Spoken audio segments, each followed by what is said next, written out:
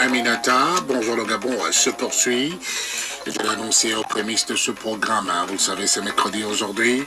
L'auditeur libre, le libre penseur, le chercheur Mohamed Cherif est déjà avec moi ici. Bonjour Mohamed Cherif. Bonjour professeur et bonjour le monde. Bonjour le monde. Bonjour à tous nos amis du cercle mondial. Des amis de Mohamed Cherif. Ce sont nos amis. Ce sont nos amis. Voilà, les membres du cercle des amis de Mohamed Cherif. Ouais, c'est une grande famille. Une grande famille. Ils sont de plus en plus nombreux à nous écouter à travers le monde. Absolument. Il faut le préciser. Tous les jours, parce que non seulement il y a cette émission qui passe en direct, évidemment, sur Instagram et les uns les autres peuvent l'écouter, mais elle est enregistrée et rediffusée aussi pour ceux qui sont à l'extérieur. Ceux qui sont à l'extérieur, qui les écoutent, qui suivent même en différé, notamment ceux qui sont en Australie, aux États-Unis, peuvent le suivre à tout moment. Et toutes ces émissions, effectivement, sont déversées à nouveau sur YouTube, c'est-à-dire dans Mohamed Cherif MCN, dans YouTube, pour tout ce qui veut s'y abonner. Il peut réécouter les émissions qu'on produisait déjà dans une autre vie. Ne pas... Pour écouter toujours Mohamed Cherif. Voilà. Essentiellement Mohamed Cherif. Mais oui, c'est important. C'est important de rappeler cela. Toujours important, parce que ces programmes-là, lorsqu'on les écoute, on a l'impression qu'ils sont actuels. Absolument. Ils sont actuels parce que les questions, les problèmes évoqués sont des problèmes d'aujourd'hui. Aujourd'hui. Voilà, ils sont d'actualité. Ils sont d'actualité. Il y a déjà un auditeur qui écrit Mbolo Samba Mohamed Cherif, merci de vous écouter sur la radio. Je suis très heureux de vous savoir là. C'est Gildas Ibamba. Je ne sais pas si vous allez le reconnaître. Gildas Ibamba, l'homme de Moussambou, qui vous salue. Mohamed Cherif, gentil. Un autre auditeur. Ah, non, je vais pas lire ce que vous avez écrit. Attendez, on dit pas ça à la radio. C'est Mohamed Cherif ici, hein. C'est pas les titres que vous donnez, c'est pas ça qui nous intéresse. Et d'ailleurs, il donne pas ça lui-même. D'accord, merci beaucoup. En tous les cas, merci à vous tous, où que vous soyez dans le monde, de nous écouter. Ça me fait plaisir de savoir qu'il y a des gens qui vous suivent, qui suivent vos traces. Évidemment, il est passé par là, il est à tel endroit aujourd'hui, on peut l'écouter là, on va réécouter ici, etc. Mohamed Cherif, le programme, vous le connaissez par cœur. Hein. Nous allons toujours sortir par une belle parole de sagesse. Et là, vous allez nous parler du Conseil d'un père à son fils. Conseil d'un père à son fils, qui est d'ailleurs le titre de l'un de vos ouvrages. On va en parler dans un moment. Mais la parole de sagesse de la semaine dernière disait exactement ceci. Ce ne sont pas tous ceux qui se rendent à l'aéroport qui voyagent. Voilà. Ce ne sont pas tous ceux qui se rendent à l'aéroport qui voyagent. Qu'est-ce que ça dit, Mohamed Cherif? Ça veut dire qu'il ne suffit pas de commencer une œuvre. Encore faut-il la terminer. N'est-ce pas? Oui, il y en a qui entament bien certaines choses, il démarre, mais il n'arrive jamais. C'est lui qui parlait du voyage, hein. Il était loin. Absolument. Ça n'a rien à voir. Hein. Mais c'est ça la métaphore. Ah oui. C'est-à-dire, il y a des gens qui démarrent quelque chose, mais qui n'y arrivent jamais. Il veut ouvrir un magasin, mais ça ne marche pas. Il veut faire des études dans tel domaine, ça ne marche pas. Il veut épouser une femme, ça ne marche pas. Bref, ne essayez pas de commencer quelque chose, encore faut-il la terminer. Wow. C'est pour ça, c'est pas tout le monde, c'est pas tous qui voyagent. Et c'est pas tous qui vont à l'aéroport qui voyagent. Mon Dieu, c'est pas possible. Merci beaucoup, Mohamed Cherif. Il y aura une autre parole de sagesse tout à l'heure pour sortir, Mohamed Cherif. Allez, je l'ai annoncé, je vais parler de la pharmacie de la nature, avec cette belle recette naturelle pour les grossesses qui ne vont jamais au-delà de 3 mois. Oui, on va en parler tout à l'heure, on va remarquer, constater à nouveau que la nature a tout prévu. Il y aura forcément les jours fastes restants du 6e mois lunaire, on l'a dit, mais il ne reste plus grand-chose, il ne reste plus que 2 jours, le 30 et le 9 février, le 30 janvier et le 9 février. On va en parler tout à l'heure, on va revenir sur les jours fastes. Ça ne veut pas dire qu'aujourd'hui n'est pas un jour faste, mais c'est mercredi et c'est un jour faste vu que Mohamed Cherif est avec nous ici. Allez, les questions que vous lui avez posées. Si les lois de Dieu, Mohamed Cherif, sont intangibles, comme vous le dites souvent, pourquoi alors la loi selon laquelle l'homme mangera à la sueur de son front ne serait-elle plus d'actualité? C'est une bonne question. On voit qu'il nous suit. Allez, sur la lettre. Vous avez écouté la dernière fois. Absolument. En fait, ce qu'il faut dire, c'est que les lois, il y a ce qu'on appelle les lois, il y a aussi ce qu'on appelle les sentences. Dans les lois, il y a des lois intangibles, un peu lorsque, par exemple, lorsque vous créez dans un pays, il y a une constitution. C'est la loi fondamentale, n'est-ce pas? C'est là où on bouge. En principe, les choses ne bougent pas. Chez les humains, oui, mais chez Dieu, ça ne bouge pas. Les lois fondamentales ne bougent pas chez Dieu, elles sont intangibles. Tu ne verras point, tu ne mentiras point, et ceci, ce sont des lois intangibles qui ne bougent pas du tout. D'accord. N'est-ce pas? Et puis il y a les lois relatives à la gestion de la société. Il y a des lois, par exemple, sur la religion. Chaque religion a sa façon de célébrer certaines fêtes et tout ça sont des lois relatives qui ne s'adressent pas à tout le monde. Ensuite, il y a des lois aussi comme ça pour ceci ou pour cela. En fait, c'est cela qui passe. Et mais dans le cas, en l'espèce, c'était des sentences. Ça, c'est pas des lois. C'est-à-dire lorsque Dieu a maudit Adam et Ève parce qu'ils avaient, comment dire ça, désobéi, il a prononcé des sentences de malédiction sur ces deux. N'est-ce pas? Mais plus tard, lorsqu'il les a absous de leur faute, parce que Dieu est miséricordieux, on dit, écoute, je te suis impuni, ça suffit. Donc, ses sentences ont été levées. Donc, de nos jours, aujourd'hui, celui qui mange à la sueur de son front, ça dit que ceux qui peinent à vivre est comme une espèce de malédiction. Parce que cette loi, en fait, cette sentence n'existe pas, elle a été levée. Elle a été levée, n'est-ce pas? C'est pourquoi, vous voyez, par exemple, de nos jours, vous n'êtes plus obligé d'aller d'ici Mécambo à pied, n'est-ce pas? Prenez l'avion, prenez la voiture. Ce qui n'était pas à l'époque de nos ancêtres. Voilà.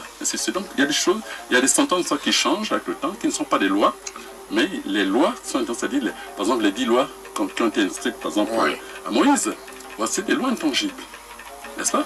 Et vous allez voir qu'à cette époque, elles étaient écrites sur des plaques de... Comment on appelle ça? Pas de bois, mais de pierre. C'était des pierres. Des pierres, voilà.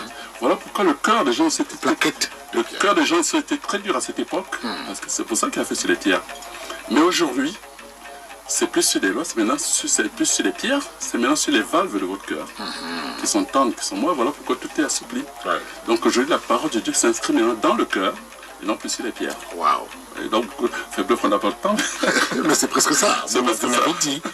Donc aujourd'hui, dire que l'homme mangera à la sueur de son front, c'est comme si l'homme est resté esclave, refuse même de sortir de l'esclavage. Il est dans la malédiction. Il est dans la malédiction. Il n'est pas encore sorti de la malédiction. Waouh. Voilà. Il n'est même plus esclave. C'est normal. Vous avez un enfant. Est-ce que vous avez vu un bébé qui a des problèmes? Un bébé n'a pas de problème. Oui, bien sûr, attendez. Il vit chez son père et sa mère, il est nourri. Mais le jour où l'enfant va dans la rue en disant, papa, maintenant je suis grand. Ah non, je suis maintenant grand, tu peux pas interdire de sortir. Ok, mon fils, allez, vole tes propres ailes, va jouer le grand ailleurs. Mais c'est là que commencent les problèmes, non? N'est-ce pas? Oui. Là commence. Mais lorsqu'il revient à la maison, vous pouvez pas refuser à manger votre enfant. Même s'il a 40 ans, il mange à l'aise. N'est-ce pas? Mais c'est exactement ça. Et d'ailleurs, dans nos familles, il y a des personnes de 40, 50 ans qui sont encore dans... N'est-ce pas? Ils sont encore sur notre Exact. Voilà. Chez Dieu, c'est pareil. Chez Dieu, c'est pareil. Lorsque vous rebellez contre Dieu, et vous faites sortir l'enclos, et vous allez errer, et c'est là que tu manges à ton enfant parce que tu es un délinquant. Donc tu es maudit. Tu es délinquant. Mais lorsque tu reviens à la maison, sa miséricorde joue sur toi, et tu as tout ce que tu veux. Pas seulement tu ne souffres pas. Pas du tout. C'est clair ça. Finalement, vous avez écouté à mon téléphone, finalement, la nuance était très importante à lever, il l'a fait. Aujourd'hui, vous êtes au courant, vous savez. Donc il y a des lois intangibles, et il y a des lois relatives. Relatives à la gestion de la société. Ces lois-là, elles sont variables, comme dit, elles sont relatives. Voilà. Celles ne sont pas intangibles, ça veut dire que la façon pour les musulmans de prier, de fêter, de faire la fête, enfin, de fêter leur... ou bien chez le chrétien, chez le bouddhiste, c'est pas pareil, ce sont des lois relatives. Voilà. Et décidément, c'est un peu plus clair. Une autre question, Ahmed Cherif. En quoi le fait d'invoquer Dieu en termes de notre Père serait-il perçu par certains comme un blasphème? Ah bon? Notre Père, Dieu le Père, Dieu notre Père. Pourquoi certains pensent que c'est blasphémé que de penser comme ça? Je pense vraiment que ce qu'il faut comprendre, c'est que, comme je vous le disais la fois dernière, je disais que d'aucuns considèrent la Bible et le Coran comme étant la parole de Dieu. N'est-ce pas? La plupart. Oui. Parce que ce livre est la parole de Dieu. Voilà. Mais c'est là justement c'est ce qui est l'erreur. Parce que la parole de Dieu, elle est spirituelle. C'est pas un livre, c'est pas un objet. Vous comprenez? Elle est spirituelle, vous ne la voyez pas. Je vous ai pris l'exemple du courant qui vient à travers le fil électrique. Vous voyez le fil électrique, mais vous ne voyez pas le courant. Vous voyez les effets du courant. C'est exactement ça. Lorsque vous mettez à prier, vous vous appuyez certainement sur le support qui est la Bible, le Coran, donc qui est un véhicule de la parole de Dieu. Et si vous êtes connecté, à partir du moment où vous sentirez la parole de Dieu pénétrer en vous et vous transformer. Et celle-là, vous ne la voyez pas, vous la ressentez. Mais vous êtes parti sur le support qui est la Bible ou le Coran, que certains comprennent comme étant la parole de Dieu. La parole de Dieu ne peut pas continuer puisque Dieu a parlé aux êtres avant même l'avènement de la Bible et du Coran. C'est que cette parole n'est pas... Donc, vous voyez que lorsque vous pensez par le mot Père, tout dépend du contexte. Vous savez comment on dit, la lettre tue, mais l'esprit vivifie. Un mot dépend du contenu de ce que vous en dites. C'est quoi un père? Maintenant, si vous êtes sur le plan physique, un père, c'est un géniteur. N'est-ce pas? Mais si vous êtes sur le plan spirituel, un père, c'est autre chose. C'est un père, vous montre la relation que vous avez entre vous et le Créateur. Plus vous êtes proche du Créateur, plus c'est un peu le conseil comme étant le père. Je ne dis pas, vous prenez par exemple un roi, vous prenez un président de la République. Il est évident que si vous êtes face au président de la République, Monsieur le président de la République, mais son fils à lui, quand ils sont à table, il dit bonjour papa. Oui. N'est-ce pas? Oui. Pourtant, c'est un citoyen comme tout le monde. Ah oui. Mais c'est exactement ça. C'est-à-dire qu'auprès de Dieu, il y en a qui sont très proches, notamment par exemple les élus. Ce que vous appelez les élus, les privilégiés. Les élus ont une relation avec Dieu. Ceux qui voient, ceux qui sont près de Dieu, nous, le commun mortel ne voit pas. Ceux-là, par rapport au langage, peut dire notre Père, mais ça ne signifie pas que c'est un Père géniteur. Nous sommes ici sur le plan spirituel. Donc les gens ne devaient pas pinailler sur les mots. Le Père, ça signifie que la relation, c'est-à-dire que tu as une proximité avec ton Seigneur. Parce que les uns et les autres n'ont pas le même niveau d'évolution auprès du Seigneur, auprès de Dieu. Ah oui, n'est-ce pas? Oui. Voilà. Il y en a qui sont tellement proches qu'apparemment, on peut se dire notre Père, pas parce que c'est le Père géniteur, mais montrer la proximité, c'est-à-dire la relation très très très proche. Parce que je vous dis, les élus, les élus, oui, prenez un élu, notamment c'est un prophète, qu'il était adultérin, qu'il était assassin. Si vous le jugez, vous passez complètement à côté. Parce que la relation qu'il a avec Dieu est différente. Et nous avons parlé il y a 2 semaines, nous avons parlé du prophète de l'islam, Mohammed, paix et bénédiction sur lui. Nous avons parlé du nombre d'épouses qu'il a eu. Le nombre total alors que l'islam encore la banque OCM, vont pas le prophète David, par exemple. David a tué. David, oui. David a commis des actes. Bien sûr. Mais Dieu l'a jamais renié. Parce qu'il savait la relation qu'il avait avec Dieu. N'est-ce pas? Maintenant, c'est dit, bon, voilà, peut-être pour faire ceci, moi, si je vais parler, vous n'avez pas la même relation que Dieu. Donc, il y en a qui sont tellement proches de Dieu que c'est ceux-là qui ont l'impression de dire que notre Père. Et tant que vous n'êtes pas encore arrivé à ce niveau du Seigneur, donc vous avez une certaine distance parce que vous n'êtes pas encore proche. Ouais. C'est comme ça. Donc, tous les rois, tous les chefs d'État, ont des gens qui sont plus proches d'eux que d'autres. Pourtant, tous c'est des citoyens. C'est à ce niveau qu'ils se disent notre Père. Donc, ça ne veut pas être un blasphème, c'est seulement montrer la relation qu'il a avec son Seigneur. Mais il s'agit précisément d'une relation personnelle. Hein? Personnelle. Ça n'a rien à voir avec ce qu'on peut chanter dans la rue. Non, non, non, tout le monde écoute. Elle est personnelle, elle est vraie, elle est réelle, cette relation-là. Puisqu'il y en a à qui Dieu parle. Et il y a d'autres qui ne parlent pas. Oui. Voilà. Il dit Dieu m'a dit ceci, notamment par exemple parce que les prophètes recevant le message, l'ange Gabriel venait, il parlait, mais il ne parlait pas à toi, et à moi. Ouais. Donc ceux-là, c'est des privilégiés. Et c'est ceux-là qui peuvent dire notre Père. Pas parce que c'est le Père géniteur, non. C'est que la relation entre Dieu est très très très proche. Voilà. Ça ne doit pas être un blasphème, à mon avis. Décidément. Voilà. Donc il faut tout relativiser. Un mot peut avoir un sens propre, comme un sens figuré, un sens exotérique, comme un sens ésotérique. Absolument. Voilà qui dit, il fallait bien qu'on y arrive et c'est très très important. Merci beaucoup, Mohamed Cherif, pour vos lumières. Sur la radio, c'est Bonjour le Gabon. Sur Radio Gabon, la référence, mercredi, c'est aujourd'hui l'auditeur libre, le libre penseur, le chercheur Mohamed Cherif, pour vous nous accompagner aujourd'hui comme tous les mercredis. Allez, bon à savoir, Mohamed Cherif, on parle de la clé du zéro. Zéro, c'est un chiffre. Chiffre zéro. Le chiffre zéro. Oui, bien sûr. Zéro représente quoi? Zéro. Apparemment rien, zéro. Apparemment, c'est le vide, c'est le néant, c'est la négativité. Zéro ceci, zéro plus zéro, c'est zéro. Rien du tout. Donc on a l'impression que zéro, ça veut rien dire. Décidément. Et voilà.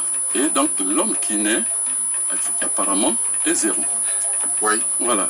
Mais vous allez voir que le zéro prend nos sens dès qu'il est positionné correctement. Voilà. Donc, par exemple, si vous prenez un chiffre 1 et que vous mettez 0 avant le 1. Attendez que j'écrive aussi en même temps. Hein. Voilà. Mettez 0 avant le 1. 0 avant, ça fait 0,1. Ça fait, mais, enfin, ça fait 0, ça fait toujours 1. Oui. Vous voyez? Toujours 1. Maintenant, prenez le 1 et mettez 0 après. Ça fait 10. Vous voyez que là-bas, il y a une valeur ajoutée. Très bien. N'est-ce pas? Si devant le 10, vous mettez un 0, vous êtes à 100. Et ainsi de suite, n'est-ce pas? Etc. Donc, chaque fois que vous mettez le 0 à droite, ça fait oui, une proportion. Voilà, on était à 1, on était à 10, voilà. On était à 100, 1000, etc. Voilà, exact. Tout ça pour montrer qu'aucun être humain n'est né pour être pauvre type. Vous voyez? J'aime beaucoup l'expression, hein. Parce que là, on se croirait à Kinguélé. Absolument. Pauvre type. Pauvre type, voilà. Pauvre type. On parle français courant, n'est-ce pas? Pour que tout le monde comprenne, voilà. Français. Maintenant, lorsque cette personne est positionnée correctement, elle prend de la valeur ajoutée. C'est-à-dire que lorsqu'elle se positionne là où Dieu a prévu, enfin, l'a prédestiné, cette personne prend de la valeur. Je veux dire par là que vous aurez pris Messi, grand footballeur. Vous en avez fait un ingénieur ou un docteur, ou il aurait pu être un bon docteur. Il n'aurait pas été célèbre. Vous voyez? Mais comme il court dans son couloir, que Dieu a réservé, ce footballeur, regardez aujourd'hui, il est célèbre, il est roi dans son domaine, parce que les oreilles sont positionnées correctement. Vous voyez, c'est ça. Donc, nul ici-bas n'est n'est zéro version du terme. Décidément. Il s'agit seulement de le repositionner correctement à la place qu'il faut. C'est pour ça que la société se marre. Mais la bagarre, c'est là, mon métier. Comment repositionner le zéro devrait être. Mais c'est là où l'être humain devait comprendre qu'il ne peut rien faire, ni par son intelligence, ni par sa force. Il n'en a pas. C'est celui qui l'a créé qui peut repositionner correctement cette personne. La preuve, c'est que lorsque vous naissez, vos parents ne demandent pas à Dieu, mais celui qui nous envoie s'appelle comment? Donc ici, se peut se mettre Mapoma Biswalker. Parce qu'ils pensent que c'est leur propriété. C'est bien. Mais Mapoma Biswalker est une adresse. Et nous ne connaissons pas exactement l'adresse que Dieu a réservé. Oui. Résultat des courses, votre bonheur se trouve, par exemple, je ne sais pas moi, prenons le cas dans les Écritures. Par exemple, quand on disait par exemple, Abraham, voilà, les parents disent Abraham. Ok? Ça, ce sont les parents qui positionnent. Oui. Mais Dieu lui dit non, c'est Abraham. Donc ça veut dire quoi? Que nous qui sommes ici à Libreville, Dieu a réservé votre bonheur à Gondji, à Kanda. Oui. Mais vous, les parents, vous ont positionné là. Ou encore en 22 pour en haut. Voilà. 22 pour en haut. Mais aussi longtemps que c'est en 22, vous n'aurez que la promesse de ce que Dieu vous a donné, mais vous ne l'aurez jamais. Il faut que vous repositionnez en 22. Mais la société, c'est pareil. Rares sont ceux qui courent dans le véritable couloir. Mais oui, c'est pour ça qu'il y a des désordres dans le monde. Vous comprenez? Beaucoup ne sont pas à la place qu'il faut. Ils sont à la place d'autres personnes. Pour ça, les courses, il y a un désordre, il y a un peu de qui est déréglé. Et ce sera ainsi aussi longtemps que l'homme ne se référera pas à son créateur, qui seul peut rétablir et l'aider à remplacer la tête de le puzzle. Décidément. Voilà qui est dit. Donc voilà pourquoi, lorsque le zéro est positionné correctement à droite, il donne la valeur, il devient. Et dossier devient valeur. Et lorsque vous le mettez à gauche ou ailleurs, il n'a aucun sens. C'est pourquoi il y a des gens sur Terre qui ne font rien. On dit, bah, ça c'est un pauvre type. Non, seulement parce qu'il est mal positionné. Repositionné correctement, vous allez voir que c'est un super génie. Mon Dieu. Absolument. Incroyable, mon Dieu. C'est ça la clé du zéro. Aïe, aïe, aïe. Donc ne vous sous-estimez jamais. Cherchez à retrouver quelle est réellement votre position. Formidable. Voilà. Formidable. Allons-y dans la pharmacie de la nature à présent, avec Thierry. Et cette recette naturelle? Oui, il y a des femmes comme ça qui, chaque fois qu'elles ont une grossesse, elles ne dépassent pas les 2-3 mois. Elle a avorté, je ne sais pas trop pourquoi, mais il y a des raisons. Et puis parfois elles sont bien. L'expression qui arrive, c'est la grossesse est sortie. Elle est sortie. Ah, la grossesse est sortie. Ah, on m'a mangé là-bas. Ah, enfin bref. Donc, il y en a qui font des cerclages. Pour eux, c'est leur droit. Ils vont à l'hôpital dès le 3e mois. Ils vont déjà rester immobilisés pendant 6 mois. Mais il y a aussi la nature qui est là aussi, qui vient à notre secours pour ceux qui ne peuvent pas aller à l'hôpital, pour ceux qui n'ont pas la chance d'être dans un centre hospitalier. Enfin, dans près des centres hospitaliers. Ouais. Alors, ceux-là, la nature vient à leur secours. Vous allez prendre 2 ingrédients. Il y a la feuille de basilic. C'est une plante que tout le monde connaît, qui sent très bien d'ailleurs. Et puis, il y a les grains de piment de Guinée. C'est le c'est comme une petite calebasse là, mais il y a des petits grains à l'intérieur là. On appelle ça chez comment? Le plus grand noir comme ça. Oui, mais chez nous on a un terme là. Le piment de Guinée, il y a le petit piment. Un dongo. Un dongo, hein? Oui, un dongo. Voilà. Au Gabon on dit dongo. Un dongo, hein? Les autres savent. C'est typiquement. Vous êtes d'accord? C'est un dongo. C'est un dongo. Voilà, c'est le petit piment de Guinée. Et il fait beaucoup de choses d'ailleurs. Donc, vous triturez une feuille de basilic dans un verre d'eau ou dans un demi-verre d'eau, voilà, et ensuite vous filtrez. Après vous mettez 7 graines de petits piments là, le piment de Guinée, et vous buvez. Voilà. C'est largement suffisant, ça va aller resserrer ça va aller sécuriser votre grossesse et vous accoucherez à tous les coups. Une seule fois? Une seule fois. Décidément. Une seule fois, Prenez une feuille de basilic, vous la triturez dans un verre d'eau. Vous étonnera toujours. Voilà. Que vous filtrez, ensuite vous mettez 7 graines de piment de Guinée, là, ndongo, qu'on voulait savoir, voilà. Hein, c'est pas le piment qu'on ne peut pas dans notre tirage. Non, ils ont compris. Donc, 7 graines, et vous buvez le tout. Vous allez accoucher, Inch'Allah, vous allez accoucher. Voilà, ça arrivera à terme. La nature a tout prévu, messieurs, dames, je vous l'ai annoncé. Donc, feu de basilic plus piment de Guinée. Égale grossesse assurée. Égale grossesse assurée jusqu'au et accouchement. Voilà. Et l'enfant à la maison. Comme l'épouse de Jean Viola, du côté de Yem. On n'a plus besoin d'être immobilisé pendant 8 mois, là, couché sans plus bouger. Voilà. Très bien. Allez, le jour faste restant du 6e mois lunaire, on sait que le 6e mois lunaire va courir à moment du 14 janvier jusqu'au 14 février. Au 12 février. Jusqu'au 12 février 12, oui. D'accord. 12 février, ma part, mais en tout cas 12 février. Jusqu'au 12 février, d'accord.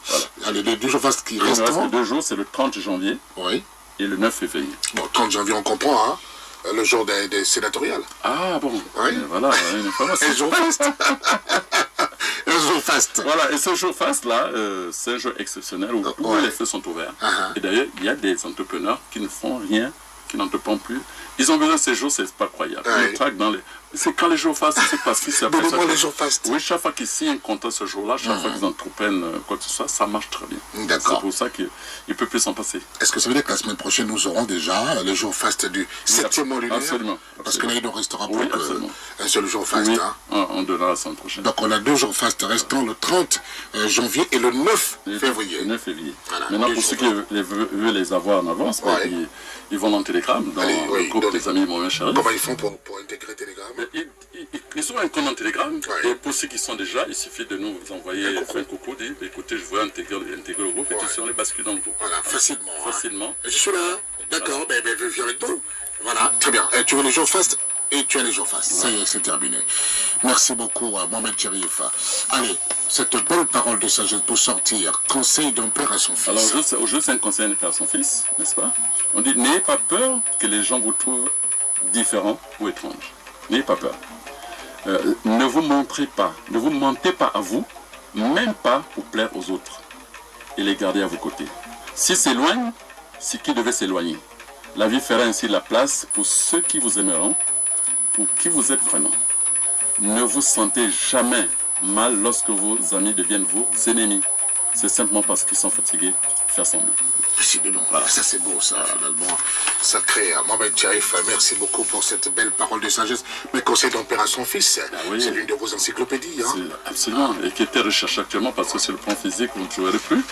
Mais pour l'instant, vous pouvez la voir dans la version numérique. Voilà, il suffit de nous appeler. Y a-t-il une adresse? Non, il nous appelle au 074 74 13 84.